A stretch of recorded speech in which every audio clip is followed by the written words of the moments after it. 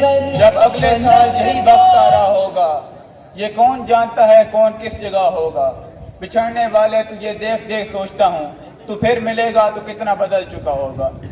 میرے پیارے اساتذہ کرام، میرے ساتھیوں اور میرے ڈائریکٹر ریٹائرڈ لیفٹیننٹ کمانڈر محمد سلیم گجال صاحب، السلام علیکم۔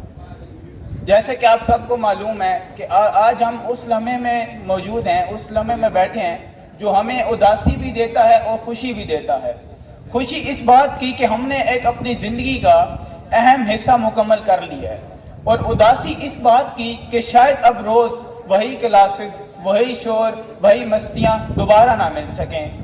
میرے بھائیوں، جیسا میں آج آپ کو نظر آ رہا ہوں ویسا میں پہلے نہیں تھا۔ جب اس ادارے میں نے قدم رکھا تو مجھے ایک ایسی نگاہ سے ٹارگٹ کیا گیا کہ یہ بچہ کبھی بھی چینج نہیں ہو سکتا، یہ بچہ کبھی بھی میچور نہیں ہوگا۔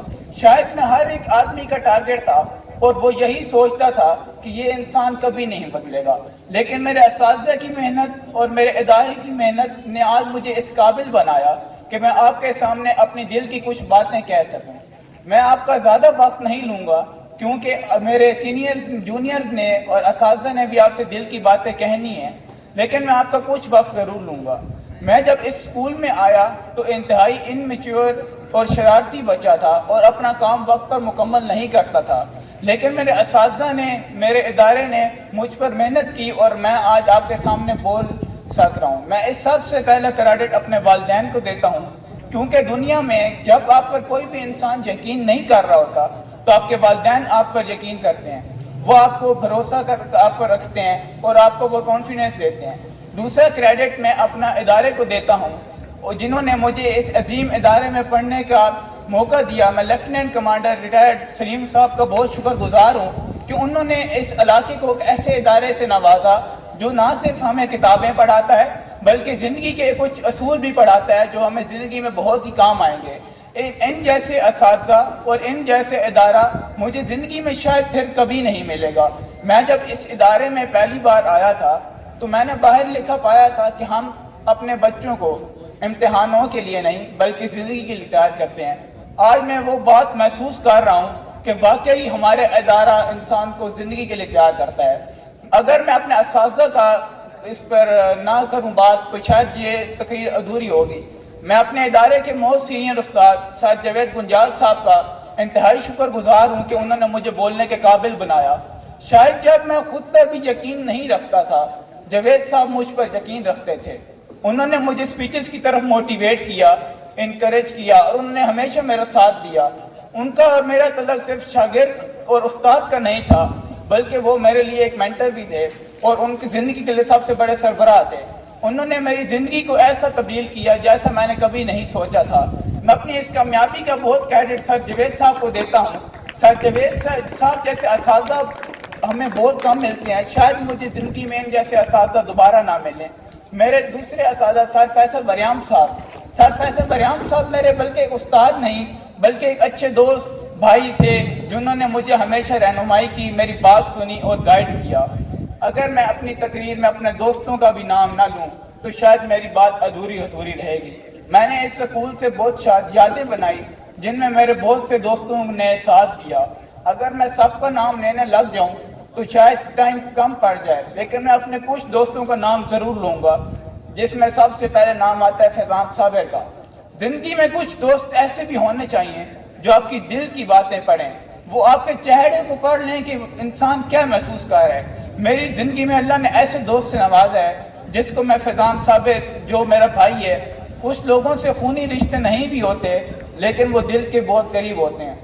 دوسرے نمبر پر ارسل حیات، یہ دوست میرے ساتھ ہمیشہ میرے مشکل وقت میں کھڑا رہا۔ اس نے ہمیشہ مجھے موٹیویٹ کیا، ہمیشہ مجھے ایک اچھا مشورہ دیا اور مجھے اس نے کہا کہ تم یہ کر سکتے ہو۔ اس نے مجھ پر اعتماد کیا اور مجھے خود پر اعتماد دلایا، تب میں اس قابل ہوا کہ میں یہ آج بول سک رہا ہوں۔ ارسل حیات جیسے دوستوں کی بہت کمی ہے اس دنیا میں۔ ارسل حیات جیسے دوست بھی دنیا میں بہت کم پائے جاتے ہیں۔ انسان کی سب سے بڑی زندگی کی نعمت یہی ہے کہ اس کا جو دوست ہوتا ہے وہ اچھا ہونا چاہیے۔ اگر آپ نے کسی انسان کا اندازہ لگانا ہے کہ وہ کیسا ہے تو آپ اس کی کمیونٹی دیکھیں، وہ کس کمیونٹی میں بیٹھتا ہے، اس کے دوست کیسے ہیں، اس کے ارد گرد کا ماحول کیسا ہے۔ آخر میں میں جونیئرز کو کچھ بات بتانا چاہوں گا کہ آپ اپنے اساتذہ کی عزت کریں، اپنے والدین کے سامنے کبھی اف تک نہ کہیں، کیونکہ آپ کے والدین آپ کو ہمیشہ آپ کی بھلائی چاہتے ہیں۔ آپ کو وہ ہو سکتا ہے باہر جانے سے روکیں، آپ کو کہیں بیٹا رات کا ٹائم میں آپ باہر نہ جائیں، دوستوں کے ساتھ زیادہ نہ گھومیں، تو انہوں نے اس زندگی کا اس اسٹیج سے گزر کے آئے ہوتے ہیں، ان کی کامیابی، انہوں نے اپنا کامیاب ہو کے زندگی گزار رہے ہیں، تو وہ چاہتے ہیں کہ آپ بھی کامیاب ہوں، اس لیے وہ آپ کو ہدایات کرتے ہیں، تو ہمیں ان کے ہدایات پر عمل کرنا چاہیے، نہ کہ ان سے لڑنا چاہیے۔ تو میں اپنے جونیئر سے یہی کہوں گا کہ بات کرنے سے کبھی بھی گھبرائیں نہیں، آپ کا جو بھی ڈر ہے آپ اس ڈر کو فیس کریں۔ میرے ادارے نے میرے ڈر کو ایسے پکڑ کر پھینک دیا اور مجھے اس سے مقابلے کرنے کی ہمت دی، اس میں سب سے بڑا کردار میرے ڈائریکٹر صاحب کا تھا۔ میں ان کا زندگی میں ہمیشہ شکر گزار رہوں گا، ان کی ڈانٹ ڈپٹ کی وجہ سے آج میں بولنے کے لیے ادھر کھڑا ہوں، ورنہ میں بول نہ سکتا۔ انہوں نے مجھے بولنا سکھایا، میں ان کا بہت شکر گزار ہوں، انہوں نے مجھے اس جیسے ادارے میں پڑھنے کا موقع دیا، اور میں ان کا احسان کبھی بھی زندگی میں نہیں بھولوں گا۔ ہمارا ادارہ میرے خیال سے ضلع خوشاب کا سب سے اچھا ادارہ ہے، بلکہ پورے پاکستان کا اچھا ادارہ ہے، کیونکہ ہمارے ادارے میں ہمیں بولنا سکھایا جاتا ہے، ہمیں اپنا گلا دبا کے نہیں رکھنا سکھایا جاتا ہے، بلکہ اپنے حق کے لیے آواز اٹھانی سکھائی جاتی ہے۔ میں اس ادارے کو بہت شکر گزار ہوں۔ آخر میں اس شعر سے اپنی تقریر کا اختتام کرنا چاہوں گا کہ ابھی تو اس پرندے کی اصلی اڑان باقی ہے، ابھی تو اس پرندے کی اصلی اڑان باقی ہے، ابھی تو اس باز کا اصلی امتحان باقی ہے، ابھی تو میں نے پار کیا ہے سمندروں کو، ابھی تو میں نے پار کیا ہے سمندروں کو، ابھی تو پورا آسمان باقی ہے۔ بہت شکریہ، اللہ حافظ۔